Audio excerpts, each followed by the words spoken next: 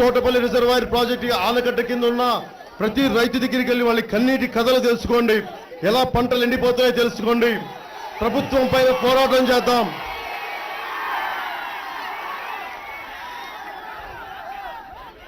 అలాగే మన గిరిజన గ్రామాలకు వెళ్ళండి.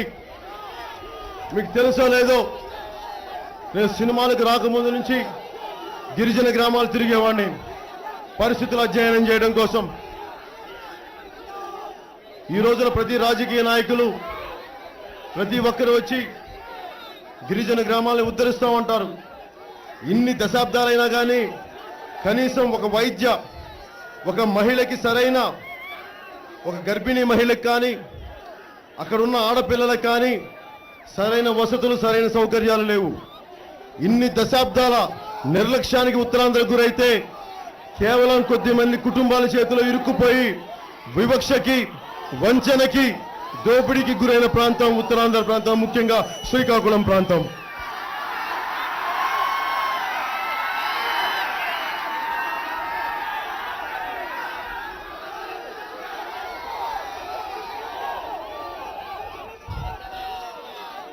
మనం అంబేద్కర్ ఆశయాలతోటి అందరికీ సమానమైన గౌరవం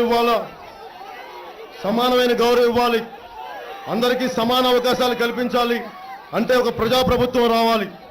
ప్రజల ఆశల్ని నెరవేర్చే ప్రభుత్వం కావాలి.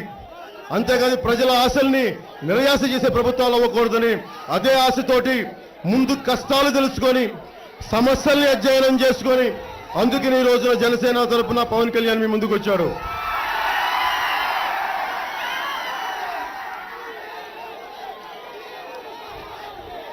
ఈ రోజున నేను ప్రతిసారి చెప్తున్నా, మీరు సీఎం అని నినాదాలు చేస్తే పవన్ కళ్యాణ్ సీఎం అవడు. మీరు గ్రామాలకి వెళ్ళండి, ప్రతి సర్పంచ్ దగ్గరికి పోండి, ప్రతి రైతు కాడికి పోండి, ప్రతి అక్క చెల్లి ఆడపడుచు దగ్గరికి పోండి, సమస్యలు తెలుసుకోండి, సమస్యల్ని మాకు చెప్పండి. మన జనసేన పార్టీ నాయకులకి చెప్పండి. తెలుగుదేశం పార్టీలా కాకుండా మనందరం ఎక్కడికి వెళ్ళినా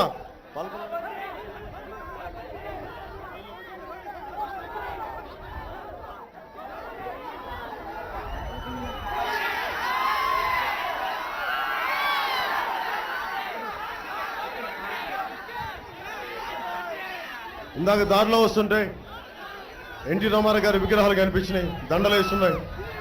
ఈరోజు ఎన్టీ రామారావు గారి పుట్టినరోజు అంట. ఆ మహానుభావుడికి మనస్ఫూర్తిగా నా ధన్యవాదాలు, నా కృతజ్ఞతలు, నా నమస్కారాలు.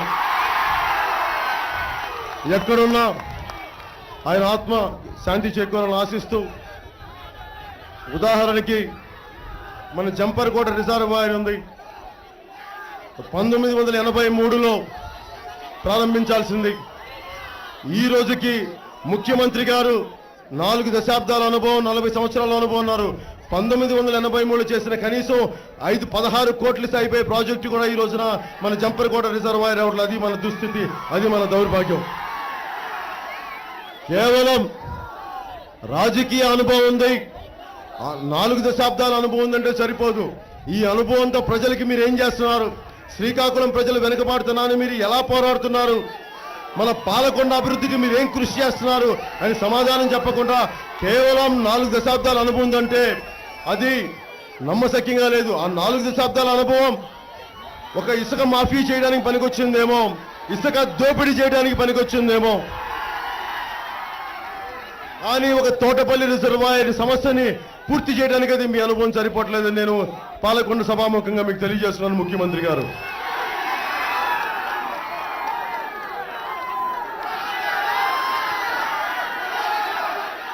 ఇంతమందికి షేక్ హ్యాండ్ ఇవ్వడం అలా కుదిరి చెప్పండి.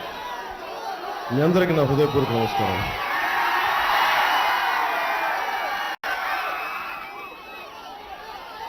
నాకు ముఖ్యంగా మన సమస్యల కోసం చాలా అధ్యయనం జరగాలి. ఈ రోజున తెలుగుదేశం ప్రభుత్వం సంపూర్ణమైన అవినీతితో కూరుకుపోయింది. శ్రీకాకుళం నుంచి అనంతపురం దాకా ఏ మూలకెళ్ళినా ప్రతి చోట 2 వినిపిస్తున్నాయి. ఒకటి భూ కబ్జాలు, 2 ఇసుక దోపిడీ. మనకి ప్రాజెక్టులకి డబ్బులు ఇవ్వడానికి డబ్బులు లేవు, తోటపల్లి సర్వే డబ్బులు లేవు, కానీ ఒక్కొక్క ఎమ్మెల్యే 30 కోట్ల పైన ఇసుక మాఫియా ద్వారా దోపిడీ చేయడానికి అంత దోపిడీ చేస్తారు. కానీ ప్రజల అవసరాలు తీర్చడానికి, ప్రజలకి కనీస అవసరాలు తీర్చడానికి డబ్బులు లేవు, కానీ వారి వారి జేబులు నింపుకోవడానికి ఈ రోజున ప్రజలు ధనానంతా దోపిడీ జరుగుతూ ఉంది.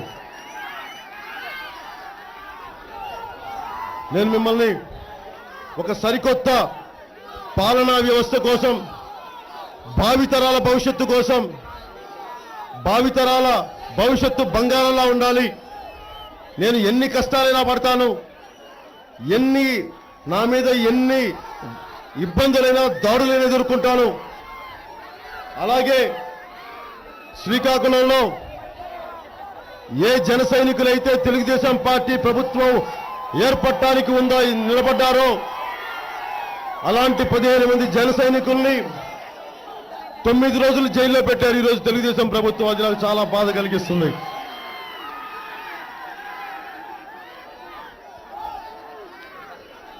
తెలుగుదేశం ప్రభుత్వానికి ఒకటే చెప్తున్నాం, ఉమ్మడిగా తిని ఒంటరిగా బలవాలంటే కుదరదు. ప్రజలందరికీ సమాన అవకాశాలు కావాలి. కేవలం తెలుగుదేశం అంటే తెలుగు ప్రజలు, అంతేగాని తెలుగుదేశం అంటే కేవలం తెలుగుదేశం పార్టీ ప్రజలని మటుకు దయచేసి మీరు అనుకోకుండా అది మీకు తెలియజేసుకుంటా ఉన్నాను. అలాగే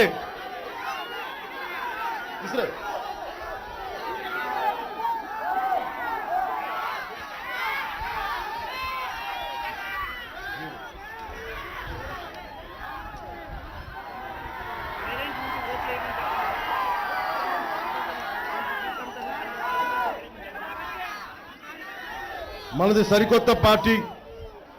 మనకి నిజంగా నాకు పదవి కావాలంటే నేను ఈ రోజున ధైర్యంగా తెలుగుదేశాన్ని మాట్లాడుతున్నందుకు నాకు కారణం, మనకి ఇంతమంది ఎమ్మెల్యేలు ఉన్నారు, తెలుగుదేశం మన పార్టీ ఎంపీలు ఉన్నారు శ్రీకాకుళం నుంచి.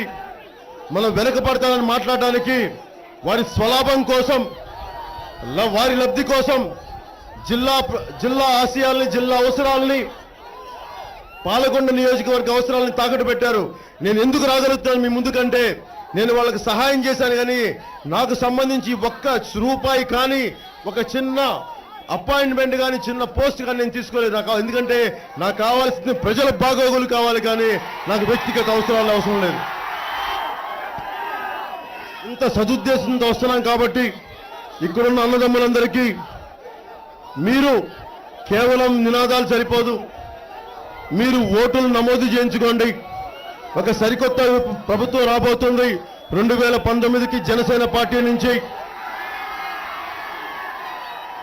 అలాగే మీరే కాకుండా మీరందరూ ఓటు నమోదు చేయించుకోండి.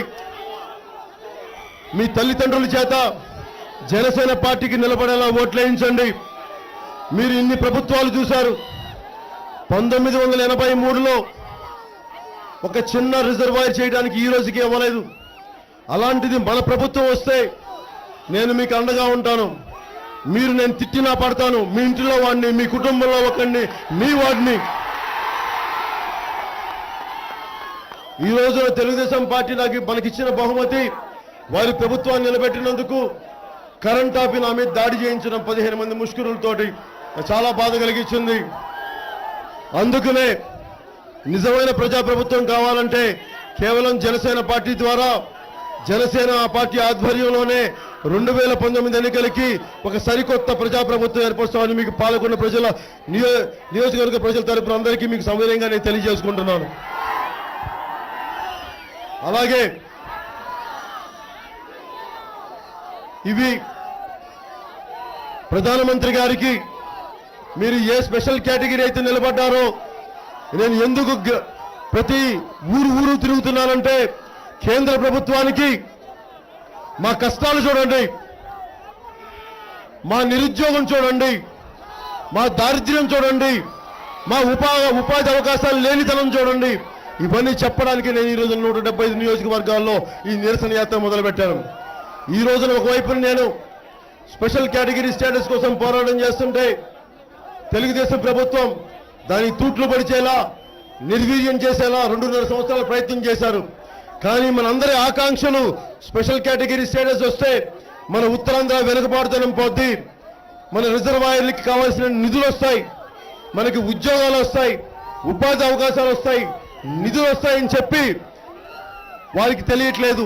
అందుకని తెలుసుకొని ఈ రోజున మనం ఎప్పుడైతే బయటకు వచ్చామో దాన్ని మార్చుకొని వాళ్ళు కూడా ఈ రోజు తెలుగుదేశం పార్టీ పంతా మార్చుకొని మళ్ళీ ఈ రోజు మనతో పాటు స్పెషల్ కేటగిరీ స్టేటస్ అని సై కొడతా ఉన్నారు. ఈ రోజున నేను మొన్న కూడా చెప్పాను, ముఖ్యంగా ఆడపడుచులకి మహిళలకి నిన్న పలాసకి వెళ్తే డాక్టర్ శ్రీధర్ గారు చెప్పారు, ఇంటిలో ఆడపడుచులను సరిగ్గా చూసుకుంటే, వారి ఆరోగ్యాన్ని సంరక్షించుకుంటే దేశం అంతా బాగుపడదని. అలాగే జనసేన పార్టీ మహిళలకి వైద్యం కానీ, విద్య అవకాశాలు కానీ, ఉపాధి అవకాశాలు కానీ, ఎందుకంటే స్త్రీని గౌరవించని చోట మహిళని గౌరవించే చోట అక్కడ నిజంగా విపరీతమైన ఐశ్వర్యం ఉంటుంది. అందుకని అలాగే దివ్యాంగులకి, ప్రతి ఒక్కరు దివ్యాంగులు నిర్లక్ష్యం చేస్తారు, అలాగే దివ్యాంగులకి మేము అండగా ఉంటామని చెప్తున్నాను. అలాగే గిరిజన ప్రజలకి ఎంతసేపు ఓట్లకే కానీ గిరిజన ప్రజలు, నేను గిరిజన తండాలో తిరిగాను ఆదిలాబాద్ సైడ్ అంతా, వారు అడిగేది అయ్యా మాకేమొద్దు, కనీసం సరైన రహదారి సౌకర్యం కల్పించు, మంచి నీళ్లు కల్పించు, ఒక ప్రాథమిక విద్యా వైద్య కేంద్రాలు పెట్టండి, ఇవి అడుగుతున్నారు. కానీ ఇవి కల్పించిన దుస్థితికి గత 4 దశాబ్దాలుగా ప్రభుత్వాలు ఉన్నాయి. వీటన్నింటినీ సవరించేలా, వారందరికీ న్యాయం చేసేలా జనసేన పార్టీ ఉంటుంది. అలాగే స్పెషల్ కేటగిరీ స్టేటస్ ని మరింత ఉధృతంగా ముందుకు తీసుకెళ్తామని తెలియజేసుకుంటూ, నా ఈ అవకాశాన్ని ఇచ్చిన పాలకొండ